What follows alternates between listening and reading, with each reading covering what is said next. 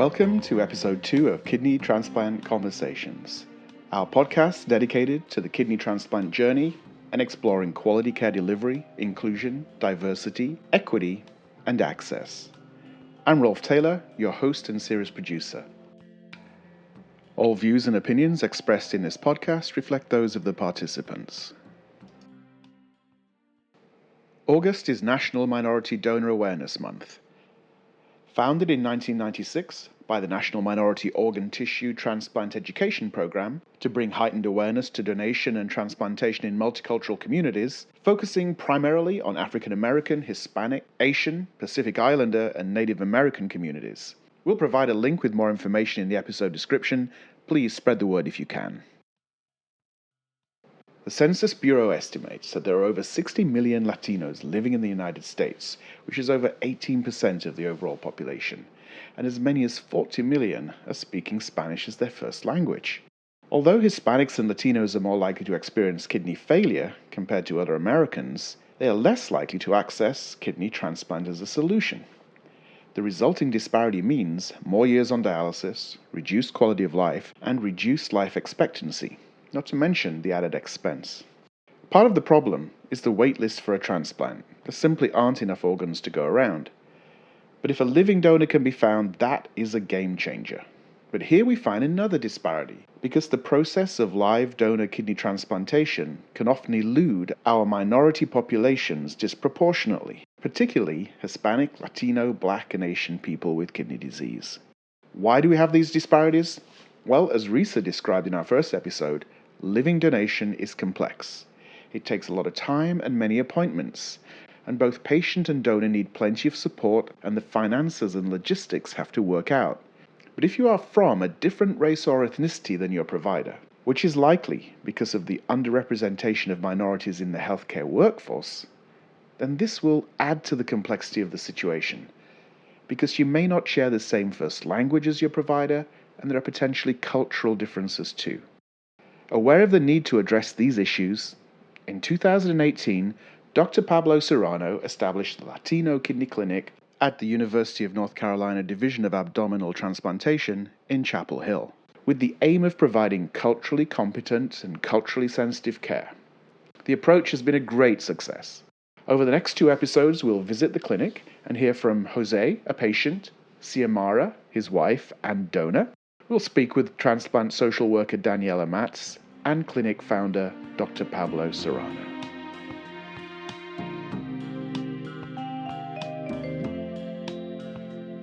José and Xiomara Flores came to the United States from Panama in 1999 and established new careers and built a family. But in 2016, a lab test revealed José had some kidney disease and the need for dialysis. And for several years, José was receiving dialysis, and he was waitlisted for a transplant with a couple of centers. So, to tell us more about their story, welcome José and his wife, Xiomara. Hello. Hello, thank you to you for your invitation.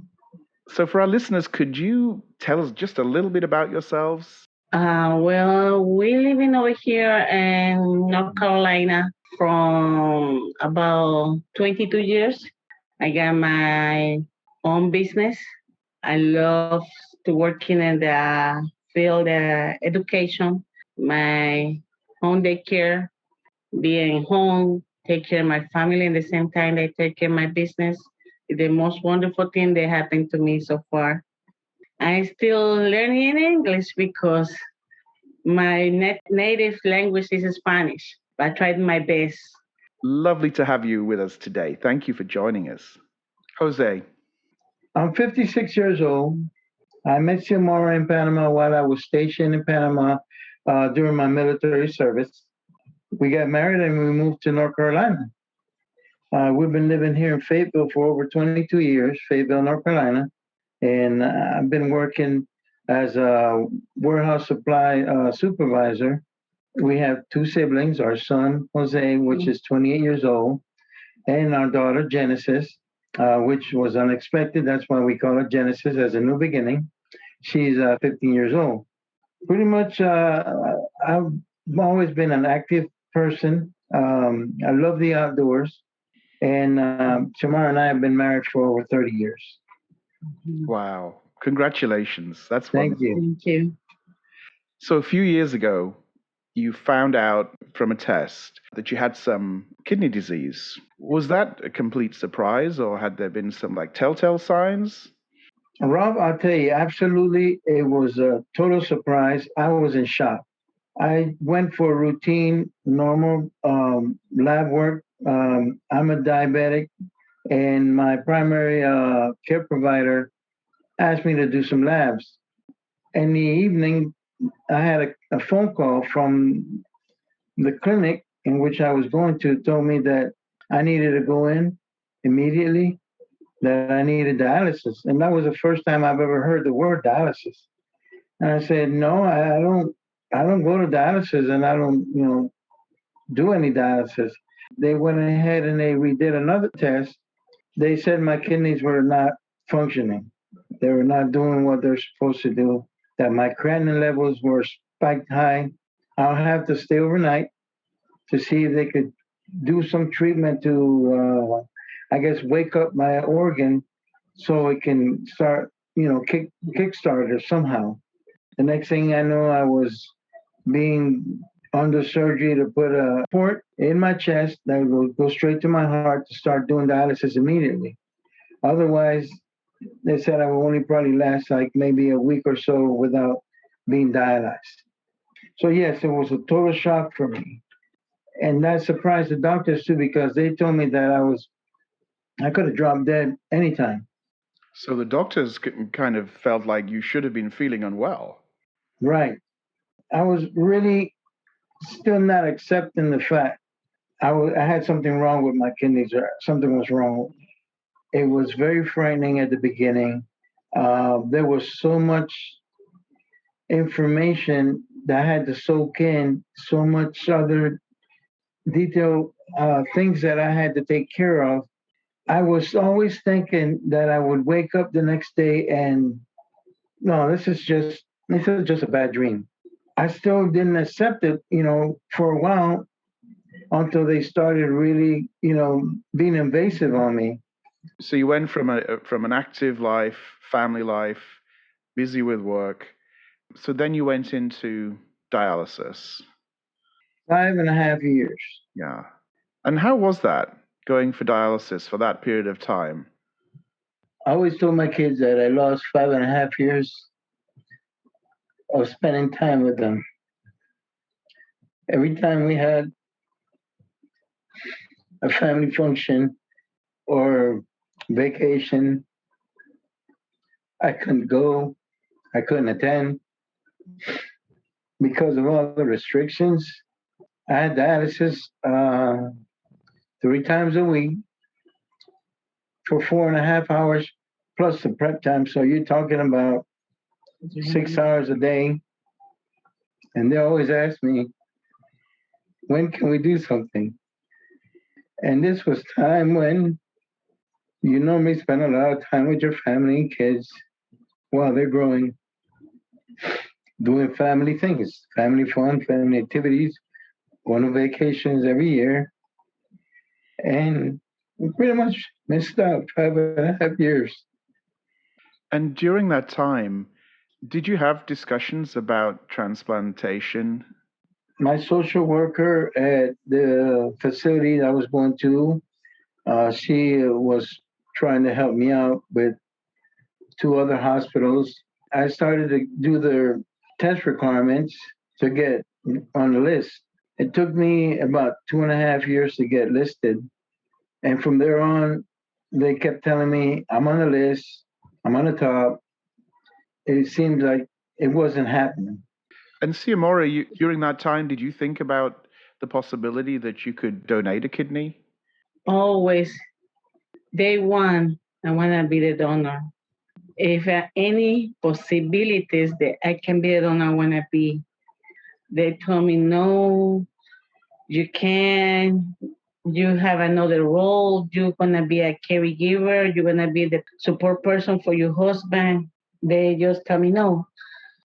That was very frustrating for me because I want to just try. They try. They do test me or do something. So, how did you hear about the Latino kidney clinic?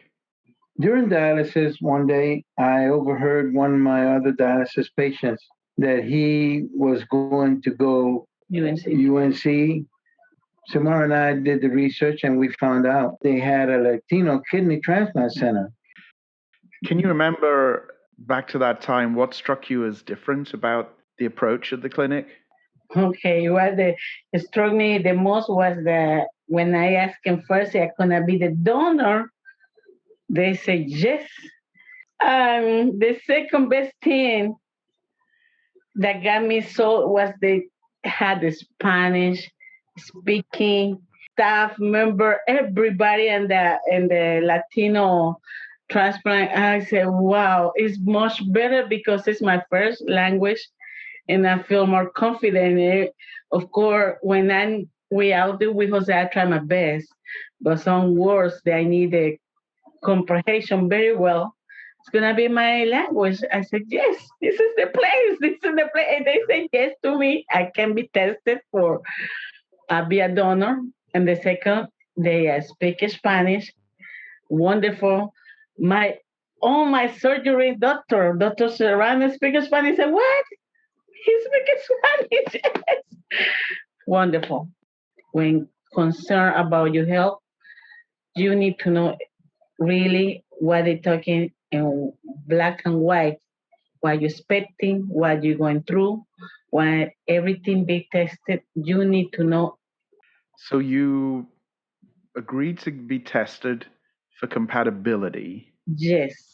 And tell us about what happened when you got the results back. Oh my God. I remember like it was yesterday when they called me in the early December. I don't remember the day was 4th of the 7th. But my nurse that called me and they told me was Amy. She told me, Miss Flores, congratulations. You've been tested and you are the perfect match for your husband. And she said, this is something wonderful because we don't have that too much often. I started jumping, like screaming. I was so happy. And Jose was close to me. And he told me, I know that in the beginning you were my perfect match. We always said that. Uh, Wonderful. I tell a lot of people we have to be more sympathetic with this situation. Today it was my husband, but tomorrow can be a brother, a person that needs you. Somebody needs you over there to be you a living donor. Were your family and your friends concerned that you were going to go down that path? A lot of our friends gave us a good positive advice. Of course, there's always, always somebody that's going to say, hey, what about you? What about yourself? You're going to give an organ that you normally will have two of, and you're going to be impaired for the rest of your life. She decided, there was no force that made her, choose otherwise. But it was her own decision that she went ahead and said, I want to do it. I want to go ahead and help my husband. From there on, friends and family supported us. They couldn't believe that, she was a perfect match. And I kept telling everybody, uh, we've been perfect match for 30 years. So, I mean, there's no difference now than what it was 30 years ago. So it's a beautiful story going through that process of all of the testing and the talking and the decision making, medically complicated, logistically complicated. Can you imagine that you could have done that if you hadn't been in a clinic that was really quite focused on being able to speak Spanish with you? For her, it would be a much bigger battle because I'm fluent in English. She is not as fluent as I am. So I know in some terms we would have to be separated at one point or the other, and she probably would have been lost with the information or the lack of information given or the question the procedure and what's need to be done. So yes, it was very important. It was very critical that she felt comfortable. She felt at ease speaking Spanish with the nurses, the staff, the doctors, and it made me feel comfortable that she was also at ease because, of course, I wasn't going to be with her all the time. It's striking to me the contrast uh, between what happened when you first suggested that Xiomara could be a donor back, several years ago, and the answer was no. And then this time the answer was yes. Mhm. And the Latino Kidney Clinic believed in you in a way that Mhm. the other clinic didn't feel so confident. So they maybe understood you better and were able to make a judgment about being able to go forward with this. I want to bring in at this time Daniela Matz, who is a social worker, transplant social worker with the Latino Kidney Clinic, and I just want to invite you to comment on that kind of dynamic of in the moment when you're making those decisions. Does it really make a difference for you to be able to get behind that process when you can know people better because of language and communications? Yes, I think there is a difference, not only on understanding the language, but also understanding the Latino culture. We know as Latinos that we take care of our families, and we are going to make it happen. We are going to work to happen. So if Xiomara could not be the caregiver, they came up with a plan. Somebody else was going to be the caregiver so she could donate the kidney. I think understanding the culture and where the Latino population, how important family, how important faith is, it's very helpful. Well, I think all of our listeners will have been smiling to hear that story about how you felt when you got your test results back and you were able to proceed. But could you tell us a little bit about, the recovery phase? You have surgery, you have recovery. How was it during, those weeks after you actually had the transplant? Even the next day after my transplant, I woke up and I told the nurse, when can I see my husband? I want to go to sleep. And they look at me like, "Hey, what are you talking about? You need to rest." And I said, no, I feel okay. I feel good, good. Nothing happened to me. And the recovery was great. Everything was smooth, like the doctor Serrano told me. Uh, so far until now, I'm okay. Nothing really hurt, nothing missing because people get the idea that, oh, you're going to feel like something's missing in your inside. I said, nope. I envy her because her recovery phase was such shorter and easier. I mean, but thank goodness, I mean, for her, because even though she was a donor, she pretty much got out of the hospital. Nobody likes to be in the hospital, anyways. Oh, she was out the third day. I was in the hospital recovering, which was, my situation was more delicate. I was in there probably for about a month. Being in there in a month, I could pretty much tell you I knew the menu for food every single day. I had the menu done every time, so I knew what was going to happen Monday or Tuesday or Wednesday. They covered all the bases. They went ahead and had everything taken care of. I know I wasn't going home questioning any of the procedure or questioning any of what I needed to do education wise. You know, even though sometimes I was a little bit tired, I I went ahead and I got everything down pat, and I felt comfortable leaving. Mm-hmm. So in that part, I mean, I felt good leaving, but at the same time, eh, I was very grateful for all the staff and the members of not only the Latino Kidney Center, but even the recovery team, at the main hospital. It was wonderful. Jose supposed had to be out early. Something happened to him, but it was nothing expected because it was a small a small something happened. Well, he's gonna explain you. During the recovery phase, uh, after certain lab work that was taken care of, they were monitoring me 24/7, and they found out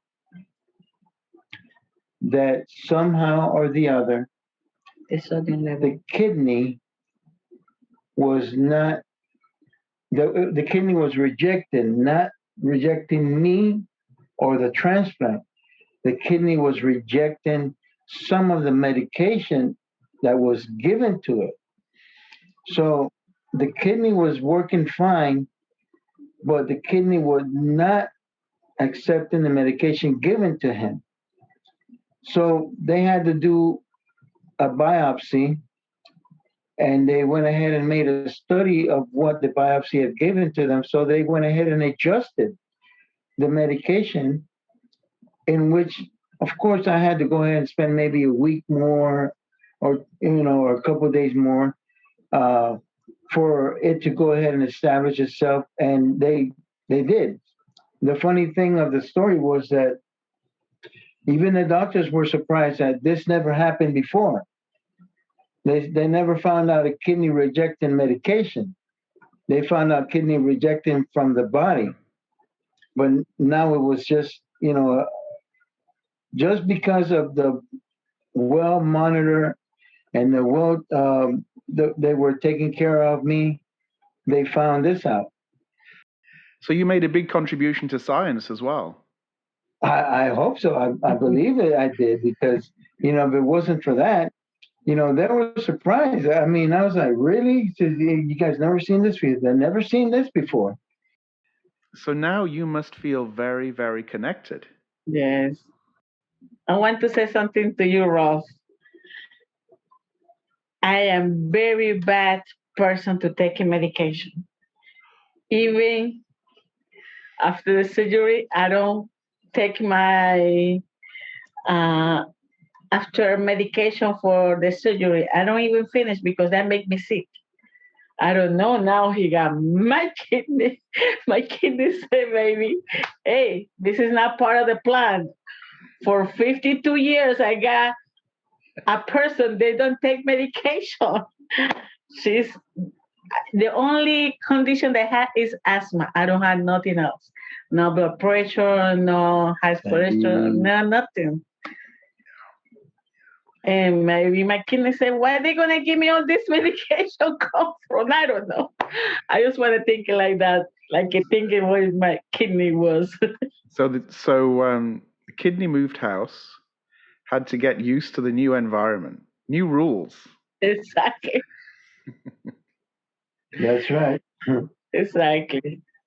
Xiomara, you mentioned that the surgery hasn't made your life more complicated in any way, that you feel just the same as before. Is that right?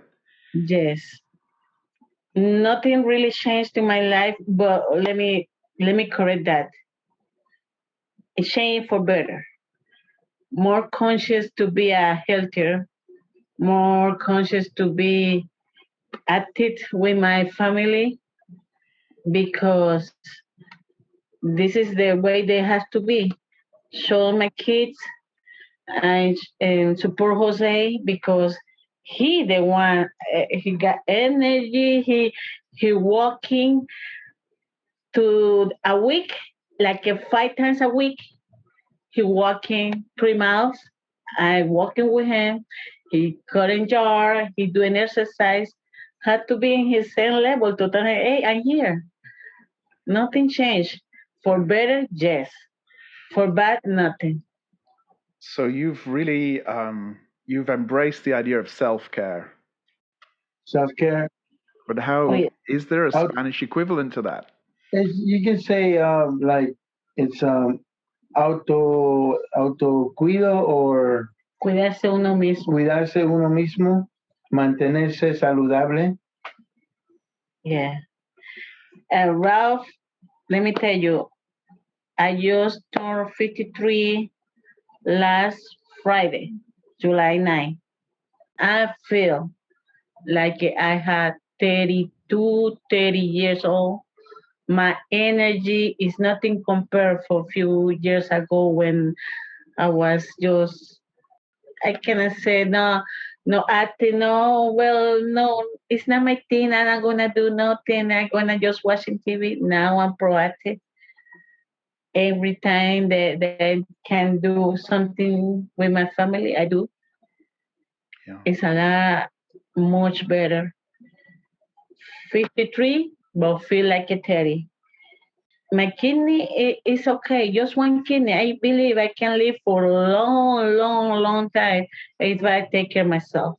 It's just to be conscious what we eat and what we do, what we proactive. So the whole experience showed you how life is so precious. Yes, yes.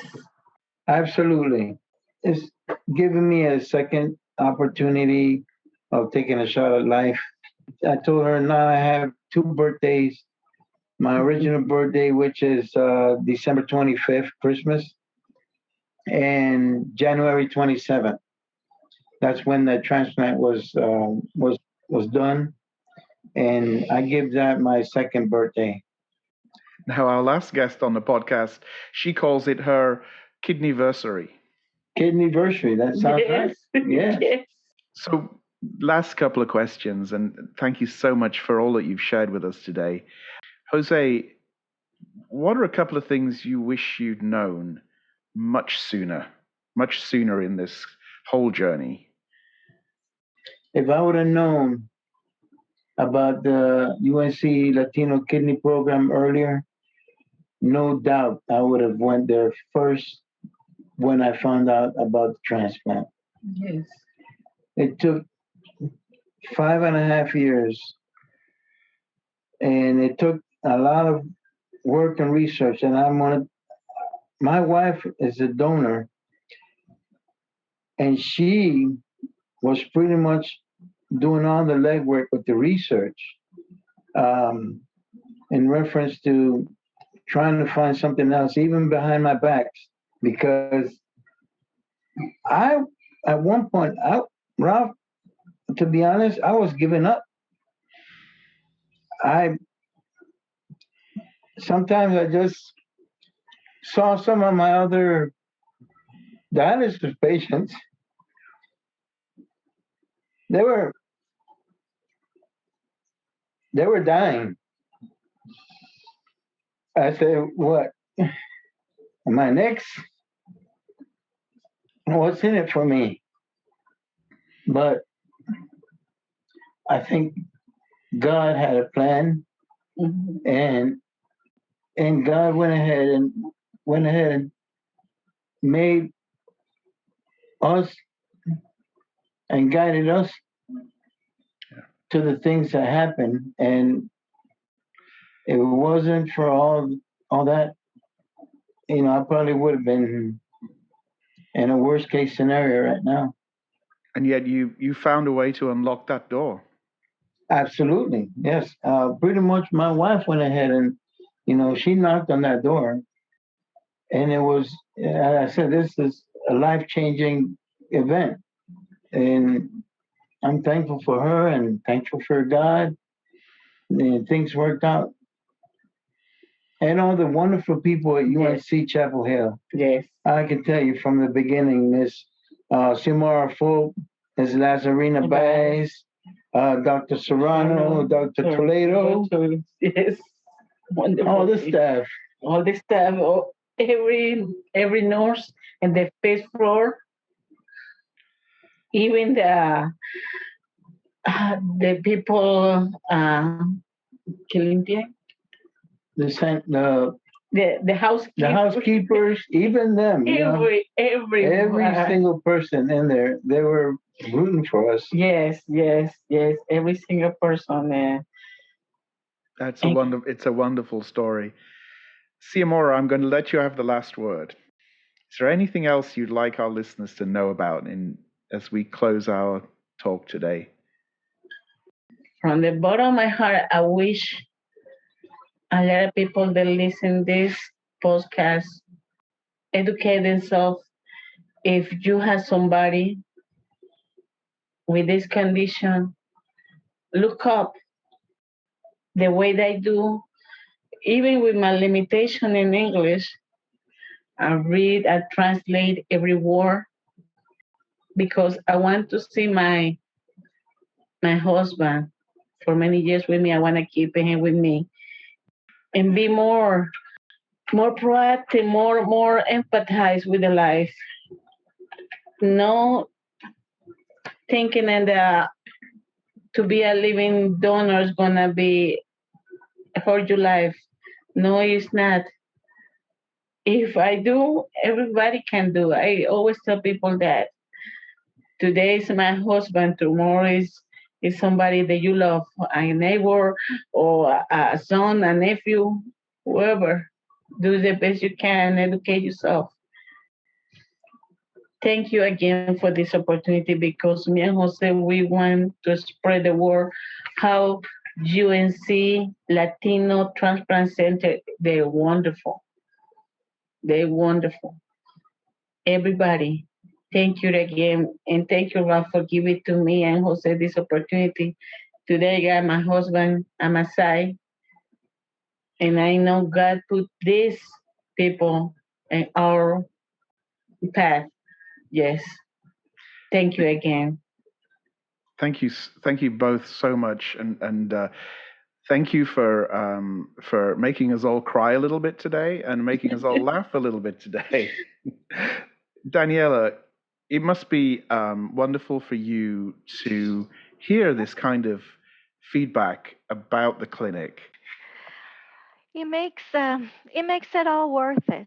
It makes it all worth, and it makes us so happy to make a difference, and to be able to help.